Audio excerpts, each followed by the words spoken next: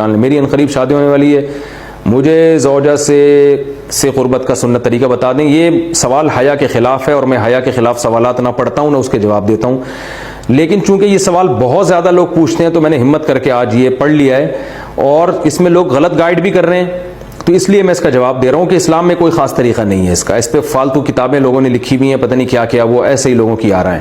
تو یہ چیز نیچرل ہے. جیسے کوئی پوچھے کھانا کھانے کا طریقہ کیا ہے, تو بھائی منہ میں نوالا ڈال کے چباؤ, نگل لو, خود بخود فطرت سکھاتی ہے انسان کو. تو ایسی زوجہ کے قریب فطرت خود سکھا دیتی ہے. ہاں شریعت نے جس طریقے کو حرام قرار دیا ہے وہ سب کو معلوم ہے کہ جو ہے وہ اللہ تعالیٰ نے جو میں نے جو بدکار لوگ جس طرح سے کرتے ہیں, جو لڑکوں سے بدفعلی کرنے والے لوگ ہیں, وہ طریقہ حرام ہے. تو باقی اللہ تعالیٰ نے میاں بیوی کا معاملہ رکھا ہے, ایک دوسرے کا لباس ہے, تو کمرے کی باتیں ہیں وہ جیسے چاہیں مناسب سمجھیں, وہ ان کا اپنا ذاتی عمل ہے, اس کا کوئی خاص طریقہ نہیں ہے.